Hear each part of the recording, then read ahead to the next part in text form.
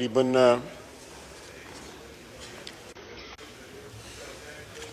12-13 दिन हुए, 14 दिन हो गए हैं।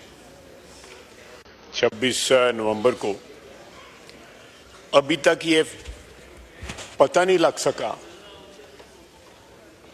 कि ये 12 बंदों की हलाकत हुई है, 278 की हुई है, हजारों की हुई है, 50 की हुई है, 30 की हुई है। अभी तक जो है ये नंबर जो है हमें नहीं बता सके या आवाम को नहीं बता सके। जनाब आला, इन्होंने खोसा साहब का जिक्र किया है। खोसा साहब इज ऑन रिकॉर्ड। मेरा ख्याल है अहमद मीर के प्रोग्राम में उन्होंने 278 कहा। जहां लोग बैठे हुए हैं, इस हाउस में लोग बैठे हैं जो 40 कहता रहा है, कोई 50 कहता रहा है, कोई 70 कहता रहा है। जो 12 का जिक्र इन्होंने किया, ना अभी तक उन्होंने कोई आईडी कार्ड नंबर, कोई जनाजे, कोई कब्रें, कोई वरसा कोई सामने नहीं आया।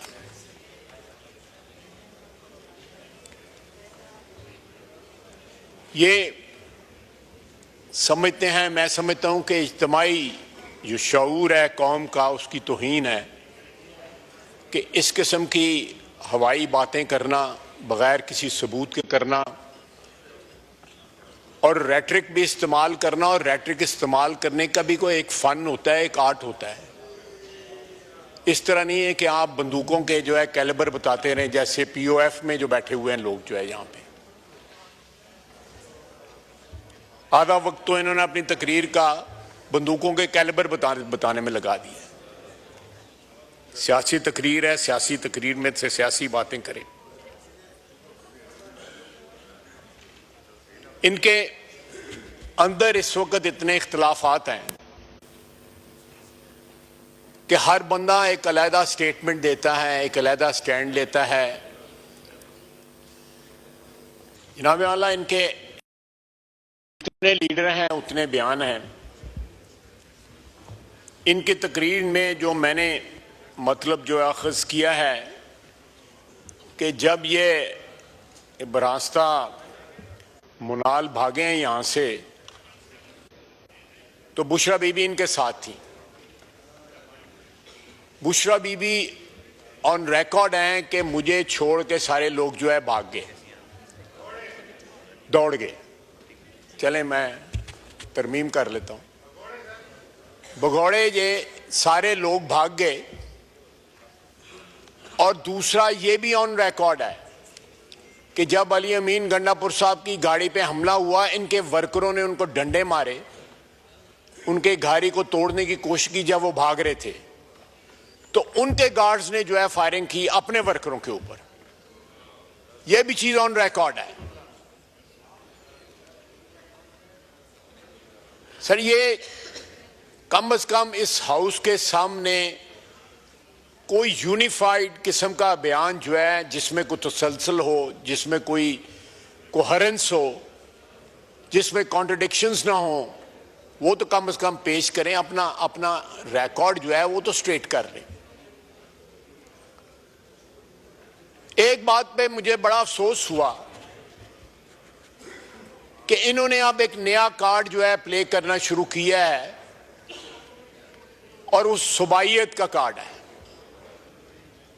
एक शख्स हमारे यहां पे 11-12 साल हुक्मरान रहा, उसका नाम अयूब खान था। बांग्लादेश बनाती है, बल्कि उसने बाकायदा कैंपेन चलाई बांग्लादेश बनाने की कि मशरकी पाकिस्तान अलहदा हो जाए। आज उसके रिश्तेदार जो हैं यहां पे सुबाइयत का कार्ड खेल रहे हैं।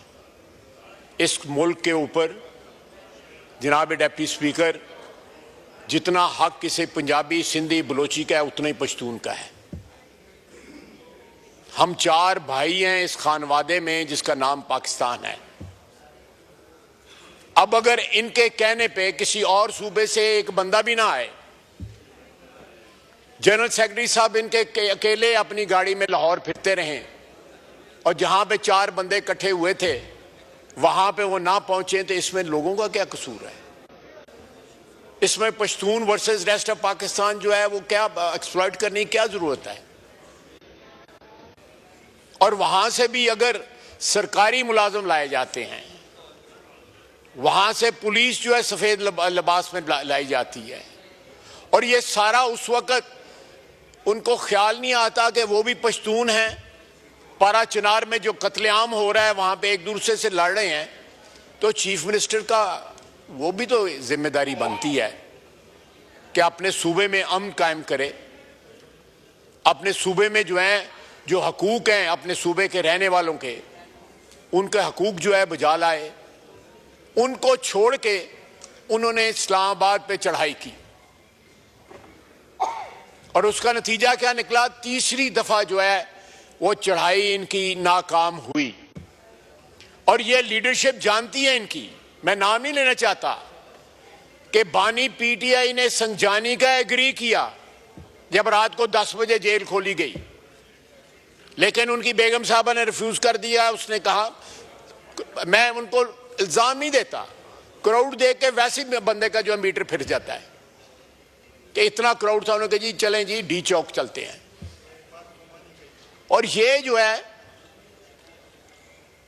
उसके बाद जब ये वहां से पसपा हुए हैं, भागे हैं, दुम दबा के भागे हैं, सारी की सारी लीडरशिप अपने वर्करों को छोड़ के भागी है।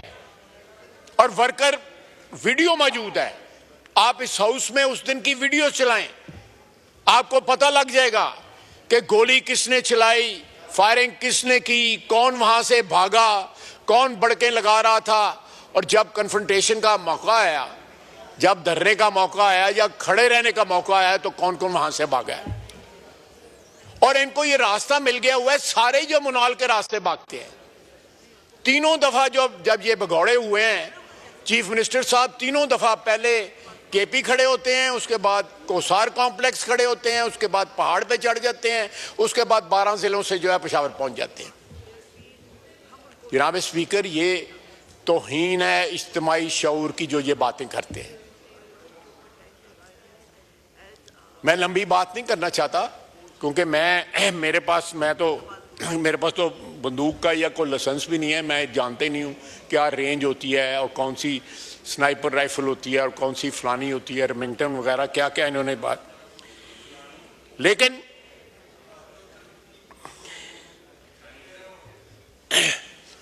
अब सिविल नाफरमानी की इन्होंने कॉल दी है।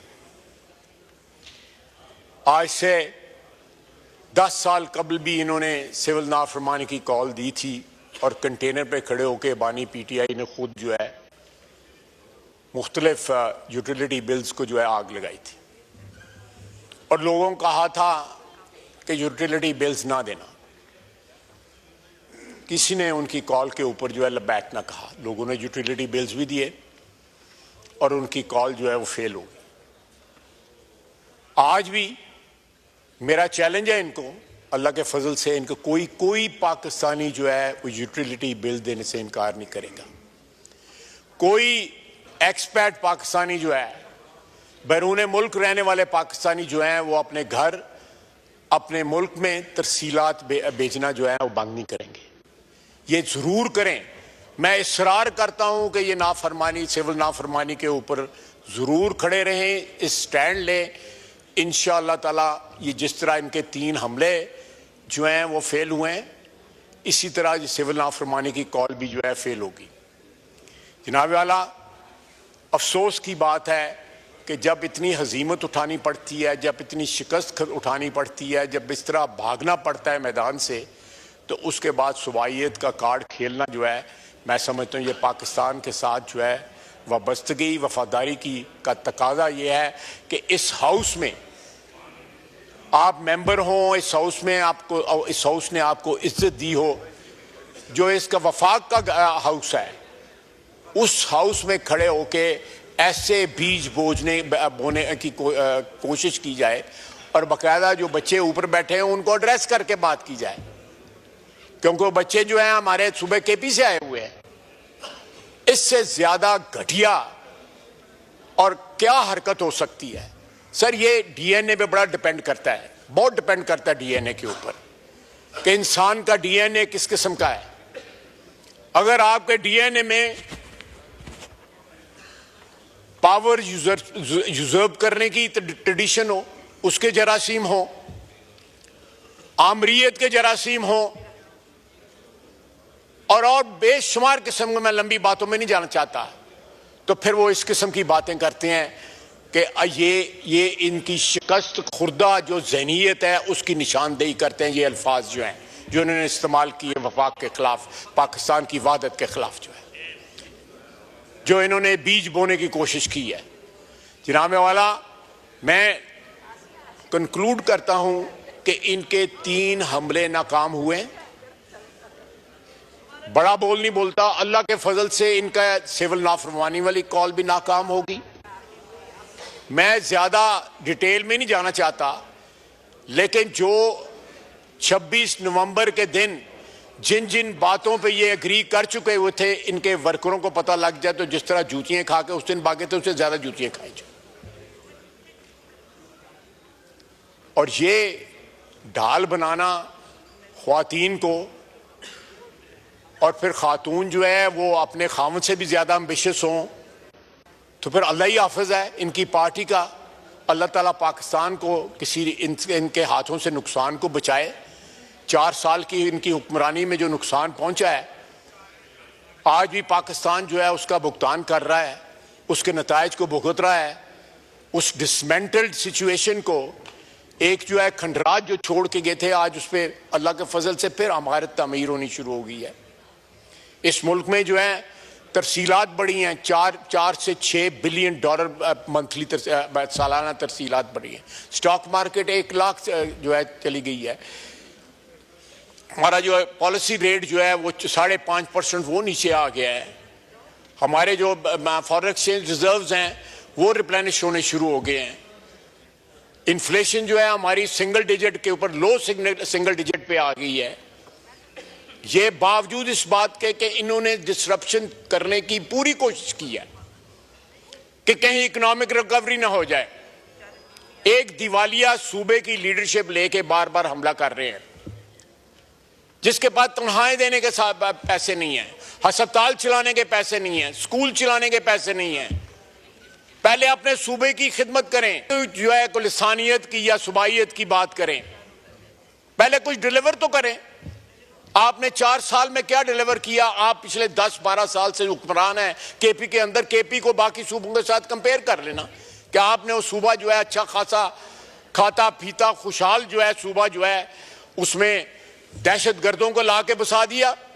सारे सूबे में दहशत गर्दी है, वहां पे इतना खून खराबा हो रहा है। उस खून खराबे को छोड़ के आप खून खराबा करने जो है डी चौक में आ जाते हैं। जनाबे वाला, ये इस मुल्क के साथ वाबस्तगी या मोहब्बत या कमिटमेंट की निशानी नहीं है। इन लोगों का क्या एक ऐसा एजेंडा है जो खुदा न खास्ता इस मुल्क की दुश्मनी का एजेंडा है, जो हम नहीं अचीव होने देंगे, कथित तौर पे अचीव नहीं होने देंगे। ये जितनी बार चाहते हैं हमला आवर हों, हर दफा ये भागेंगे, हर दफा। इनके जो वर्कर्स हैं उनको पता लग गया कि इनकी क्या औकात है।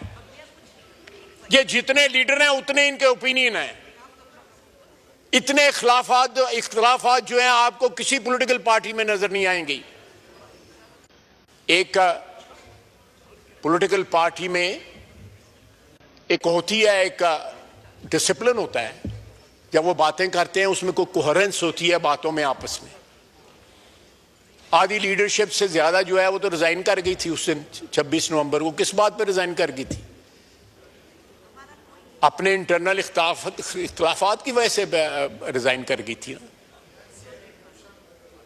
अंदर की बातें मैं ज्यादा लंबी नहीं बताना चाहता, बात चीजें अमानतन है हमारे पास कि इन्होंने हमसे राब्ते किए या आज राब्ते कर रहे हैं या कल राब्ते कर रहे हैं, और अब राब्तों में क्या कह रहे हैं ये, और बानी पीटीआई क्या पैगाम भिजवा रहा है बाहर।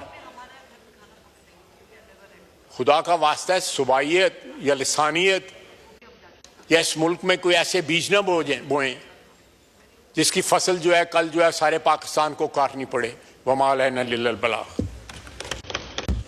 शुक्रिया।